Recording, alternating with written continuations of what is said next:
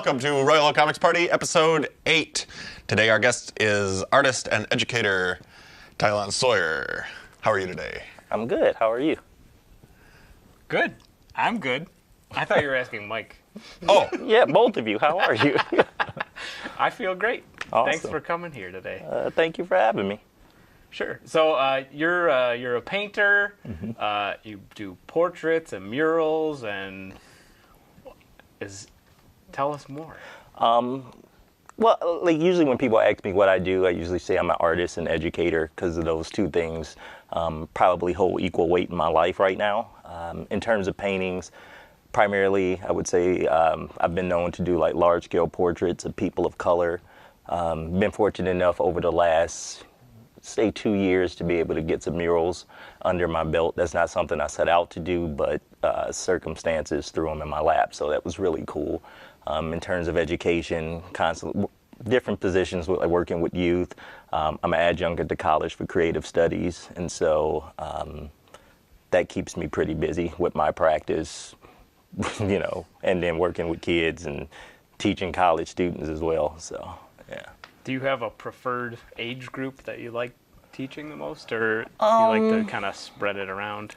I'd say I like teaching college, per se, like with youth, more like from a mentor standpoint, not directly like teaching, I would say. But college, a lot of times you just typically find sometimes they take it more seriously because they spend their own money. But sometimes, like in parentheses. Well, sometimes it's their own money. Sometimes, yeah, that's true. You know.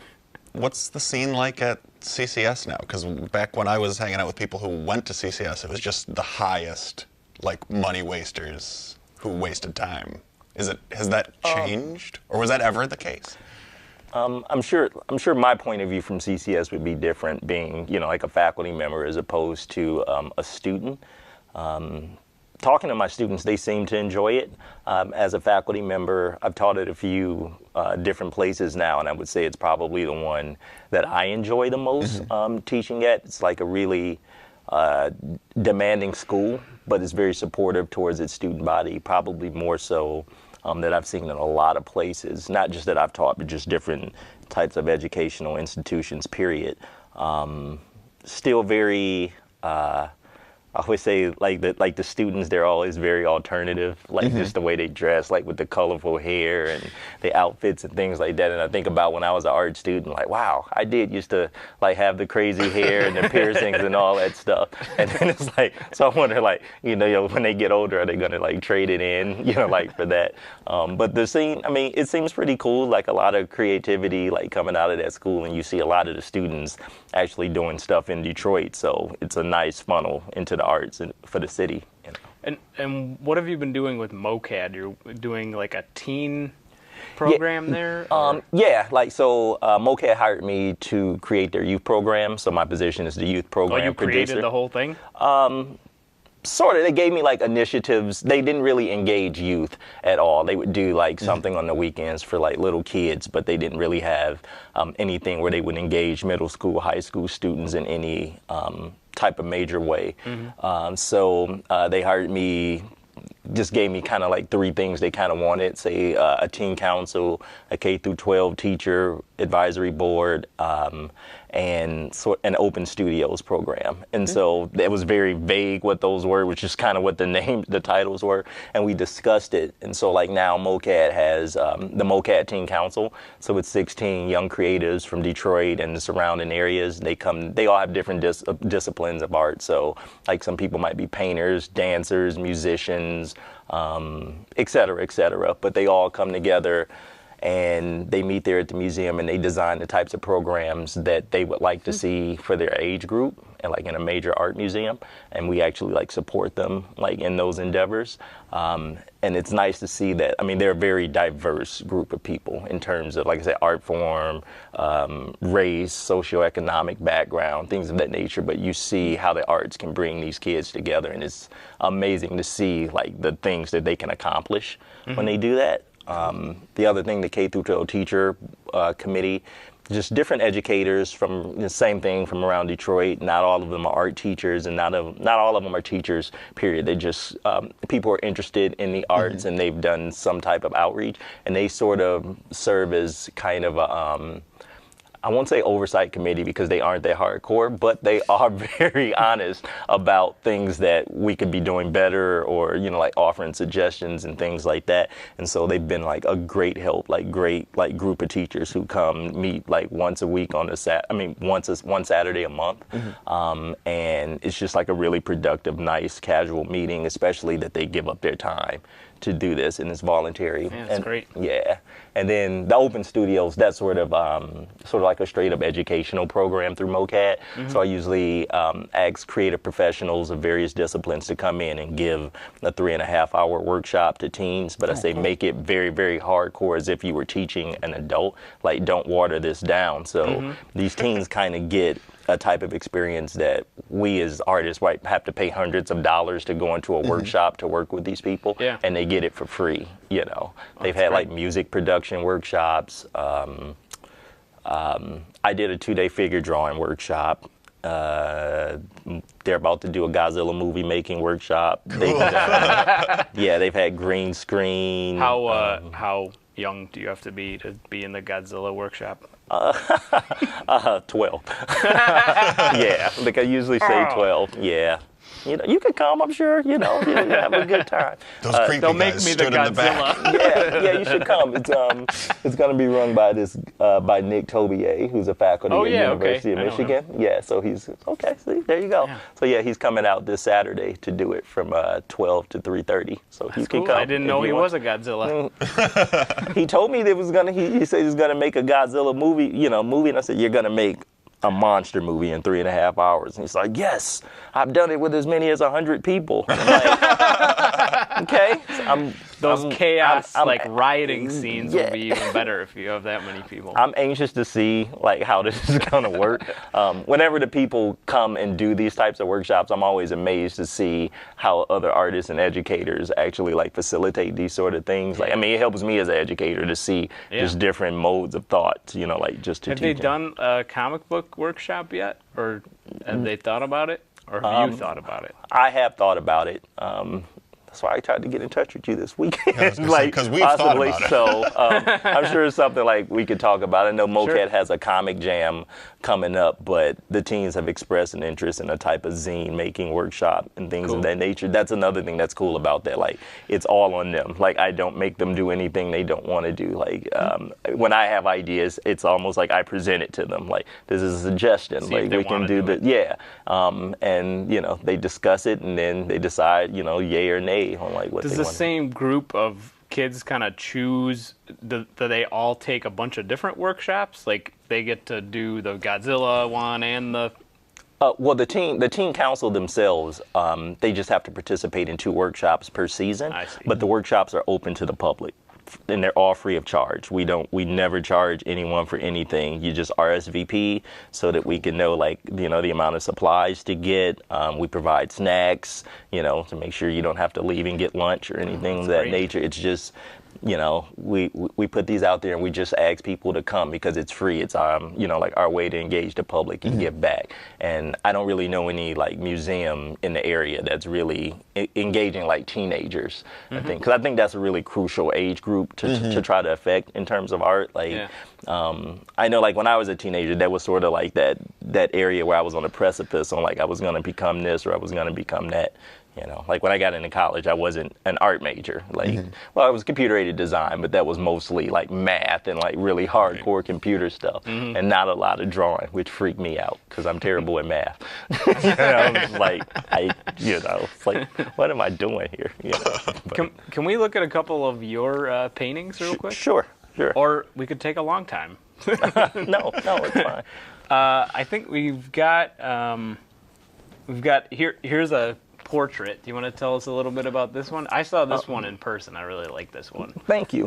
This is a portrait of George Nnamdi, who owns the Nnamdi Center for Contemporary Art in Midtown. And so I'd met him. I didn't know that he's one of the biggest gallerists, I think, in the country. But when I met him, I didn't know who he was. And so I don't know if I gave him the proper respect that I should have to someone. That's like why he his got caliber. 2 faces on his portrait. Yeah, it was hilarious. No, he wanted to buy this portrait of my brother. You know, how you're working out deals. And I said, well, if no one buys it at full price, it was a double portrait, like it was too a diptych. I said, if nobody buys it at full price before the show is out, sure, I'll sell it to you. And I didn't know who he was, you know. And then literally the next week, a doctor came in and bought him. And so, you know, like I called him and told him, I was like, well, you know, I'm sorry somebody did buy this portrait. I said, but you have an interesting look, you know, like maybe I want to paint you. Still didn't know who he was. Right. You know, I had no idea, you know. And then, like, on that level, then I went to his gallery. You know, he's like, well, we're having an opening in my gallery. I'm like, he owns a gallery, you know, and I go there to the gallery, and I'm like, whoa, like, what is this? And I do some research, and then I become familiar like I should have been before I, like, met him. Yeah, like he you know, he posed for a few images, and then these were the 2 that I kind of liked, but like it took me a while to like paint him. Like I'd met him a few times like over the course of like the next year, and really got to know him to see like how professional he was, which really, really impressed me, and at the same time how he had like a very great sense of humor, and sometimes you couldn't tell when he was being serious and not, like, right. You know, and I really love that type of dual personality in him, and so I was just trying to, like, I guess, capture that. And the portrait is called Janus, like the Greek god, like double-headed god. So I was just thinking of that and kind of thinking of him as like these 2 mountains. It's a lot of artsy stuff that I'm sure people won't read into it that way, but in terms of this sense of confrontation that a lot of my portraits try to have, you know, I think, you know, I was trying to, hopefully this captures that, and the spirit of who he is as a person. So he liked it, and, you know, that kind of pleased me. Did he buy it? I think he did, him or his wife, I think, yeah. So that kind of pleased me. Yeah. Let's look at the next one here. This is, it's called A Lady in Red, Not Jean Hill. And this is a portrait of Whitney Syphax Walker, who is a poet in Detroit, spoken word poet, host, activist, like really, really nice person. When I started painting these big heads, this was the one of 2 I'd started. Like I had took off. I hadn't really painted anything in a long time. And then when I was starting up to paint, you know, I had to figure out what it was that I wanted to paint. And I remember that I always liked painting portraits. And then I was just out one day and then just like saw Whitney, you know, she had like this all red on. It was like sort of that the archetype of what the Lady in Red kind of represents in film. It's like, you know, that very striking person who's like a very important person in the narrative of something. And so that's what I was kind of thinking about, like when it came to her. So I got a few shots and then started like working on these larger portraits. And I like it. It still was an experiment because I'd never painted that big, you know. What size is it, just for people who haven't seen it in person? This is 5 by 4 feet. Yeah, it's, I'm only 5'9", so it's like, you know, it's a pretty good size. And it's in the living room of a nice family in Baltimore right now. So that's awesome. Really cool. Awesome. But yeah, that's what I just kind of wanted to capture Whitney and like her spirit and who she was. And hopefully it did that. Oh yeah, it's very pretty. And this one is from Battle for Detroit? Yeah, the Battle of Detroit series. So I was a resident at the Red Bull House of Art January to April of last year. And while I was there, I wanted to take a break from doing portraiture because I had done that over the course of a year. And I wanted to create a series with a bit more of a type of narrative twist to it, and really personal. And so I was kind of creating this idea of like movies that didn't exist, which is kind of the idea, which is, I'm still on that right now, but I was because creating these fictitious movies, which were sort of collages of different things I thought about. So this one is called like the Battle of Detroit, and this is a series based off of ideas of like self-preservation, especially from toxic environments, toxic people, things of that nature.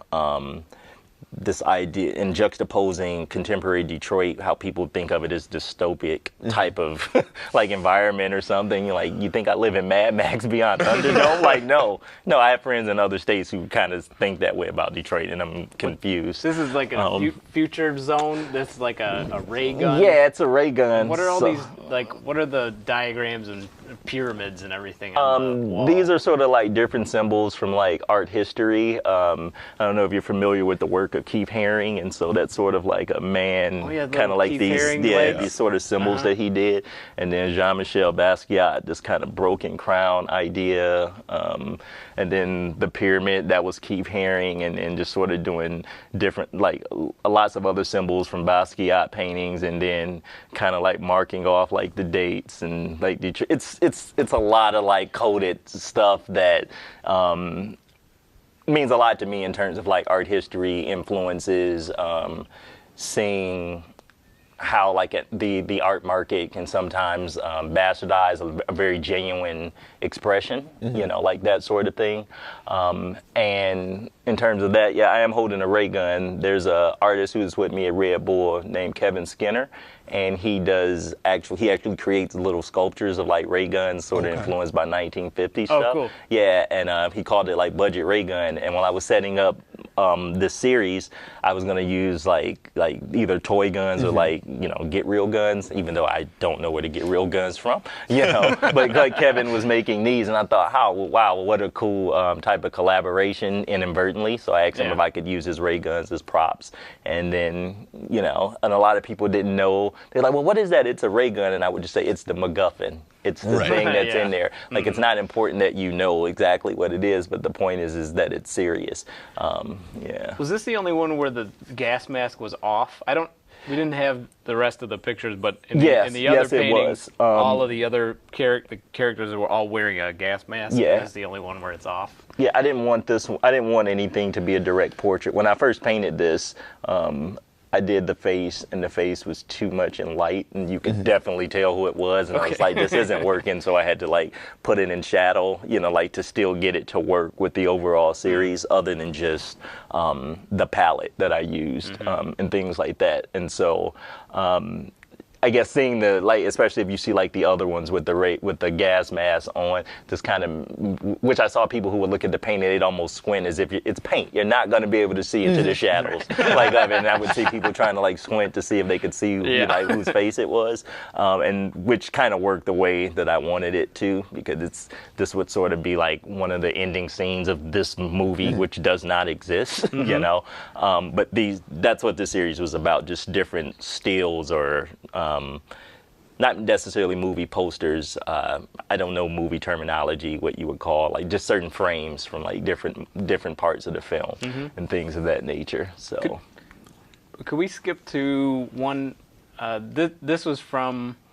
This sort of continued. This was from a show, photography show called Naked or Nude, which came out last year, and this sort of continued that idea of like protecting oneself from toxic environments. So it was a series called The Shape of Things, and it was just a series of nudes with gas masks on, kind of like boxed into these different shapes, to where, well, it might not be a box, people will try to confine you to something. And these were a lot smaller than the ones that you usually do. Yeah. You're saying that was kind of a different experience.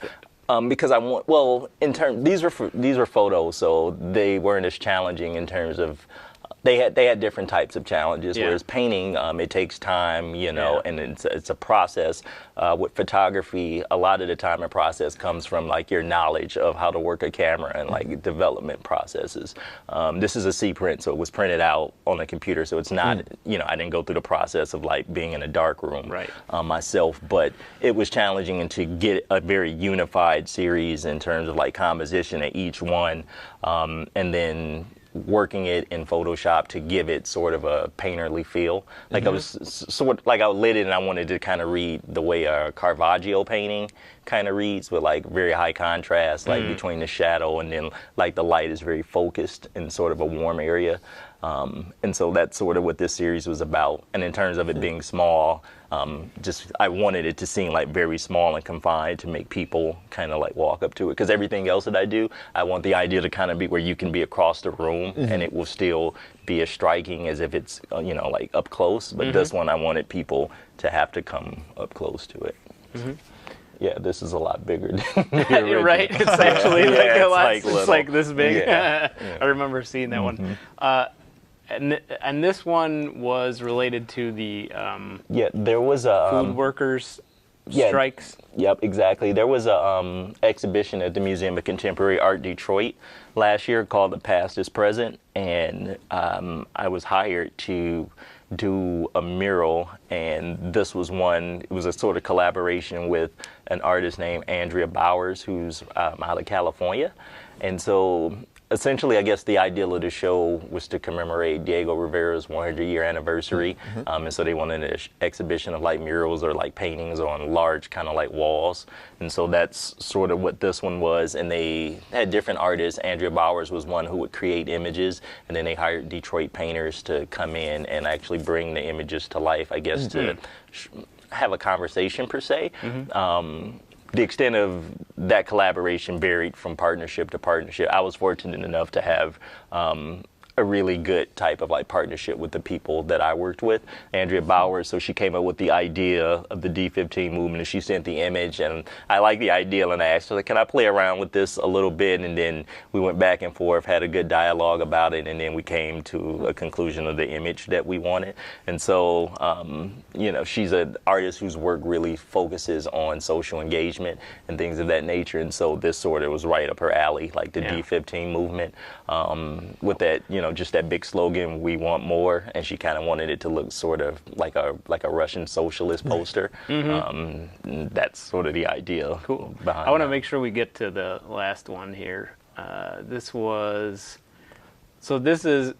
on the Whole Foods market in Detroit, right? Yeah, Whole Foods Detroit. It doesn't have a name. It just was a mural to kind of symbolize Detroit, not in a very overt way, just getting a little boy in the position of the spirit of Detroit, because I am still very, like I said, I'm very youth driven. So this was sort of that continuing that idea and an overhead view of where that field is where Whole Foods is now. So that's what I think is ironic about it, where you get to see an overhead view of the place that you're looking at the mural on.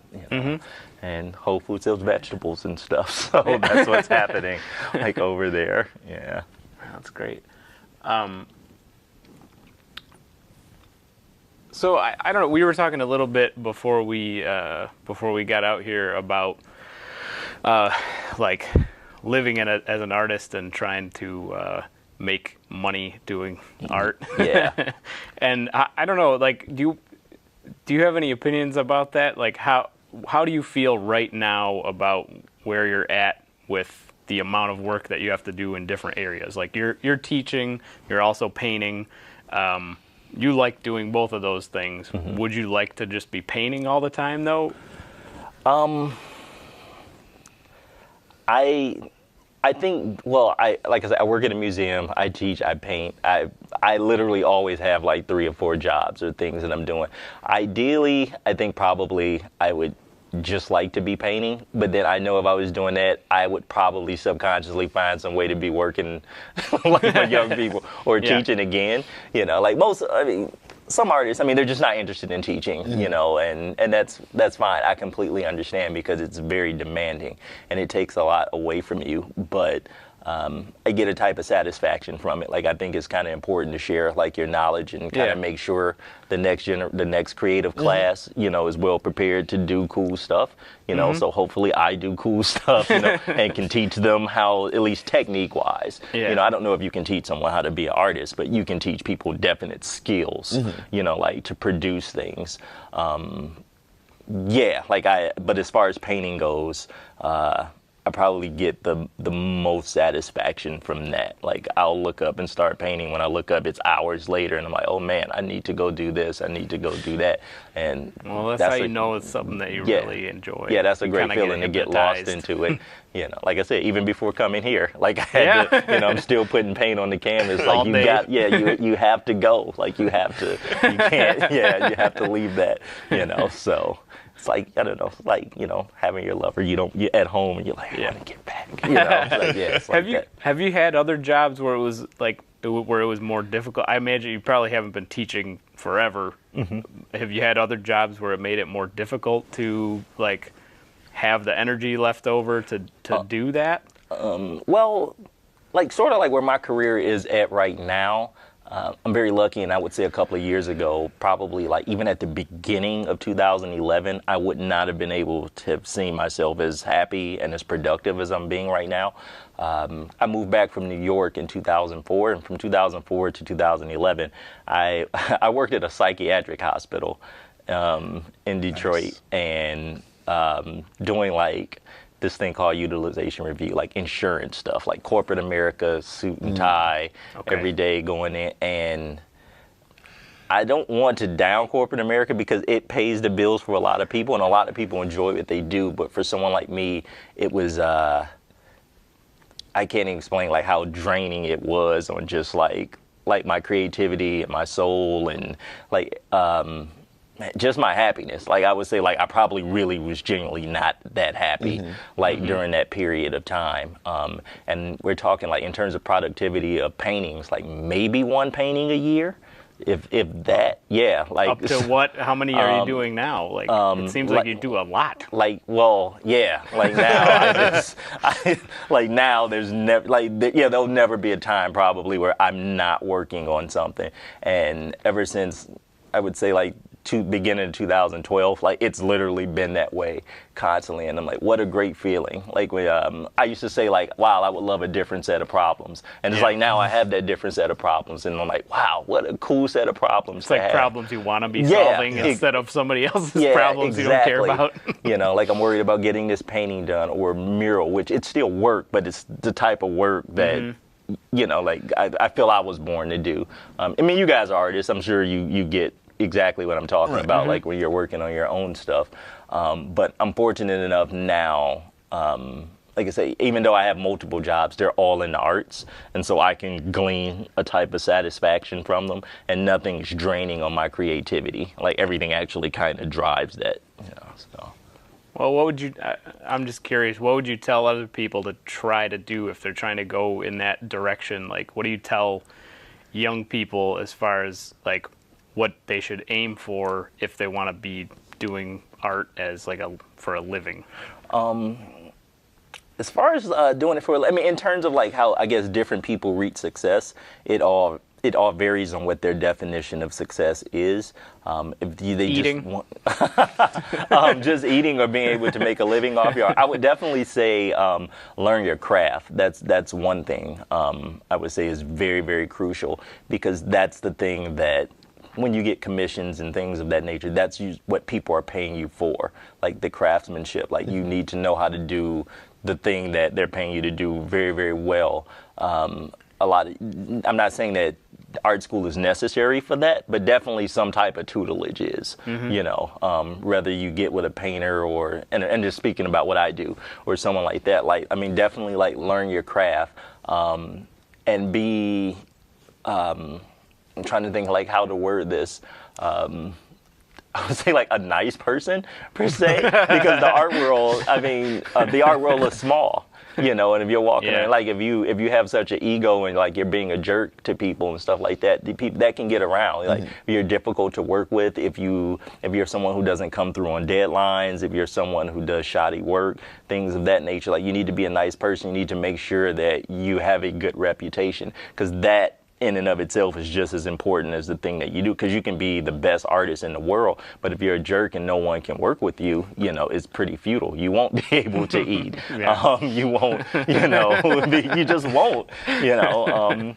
And I mean, I've met people like that who I really admired what they do as artists, but you know, like just in terms of like how they treat people or the world, and you know, like in the world and just different things, it's like, you know, like you just would rather not work with them, you know. So, yeah, that's definitely. I have some students like they're good people, and I've had to just like, you need to change your attitude because no one will work with you if you act like this, like in the real, you know, like in the real world. I mean, don't even stay true to yourself, but at the same time, you know, like you say, like things like manners and just being professional, like that's really crucial. Yeah, for sure. All the lessons of kids, like be nice to your classmates and share your toys and all that sort of thing. I think. Yeah. I think. I think we're out of time already. That was really quick. Oh, wow. But thank you very much for joining us. That was wonderful. Thank you for having me. Thanks. See you next time. Bye.